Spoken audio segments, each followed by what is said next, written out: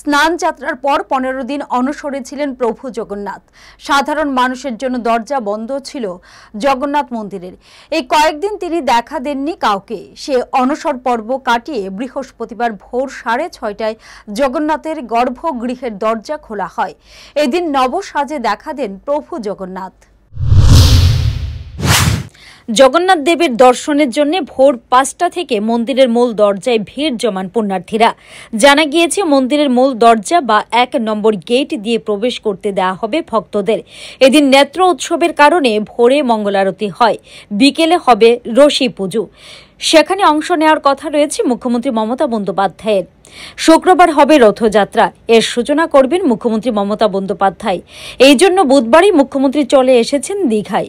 প্রথা অনুযায়ী স্নান যাত্রার পরে অসুস্থ হয়ে পড়েন জগন্নাথ, তাই তিনি চলে যান 15 দিনের অনশরে। এই দিন আবার সুস্থ হয়ে ওঠেন তিনি, তাই সকাল থেকে প্রভু জগন্নাথের জন্য বিশেষ আয়োজন। তাঁকে নতুন সাজে সাজানো হয়।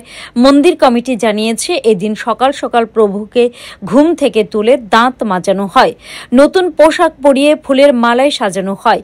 সকাল 7টায় পূজার্চনার পর দেওয়া হয় প্রাতরাশ, তারপর চলবে পূজার্চনা, চলে নাম সংকীর্তনও। 15 দিন পর প্রভু মধ্যাহ্ন ভোজ করবেন, তাই জমকালোভাবে করা হবে 56 ভোগের আয়োজন। ইতিমধ্যে দীঘায় এসেছেন 50 জন বিদেশি ভক্ত। তারা নিজের হাতে প্রভুর পছন্দ মতো বেশ কয়েকটি পদ বানাবেন বলে জানা গিয়েছে। পাশাপাশি ইস্কন থেকে আগত সাধু সন্তরাও প্রভুর পছন্দের খাবার বানাবেন।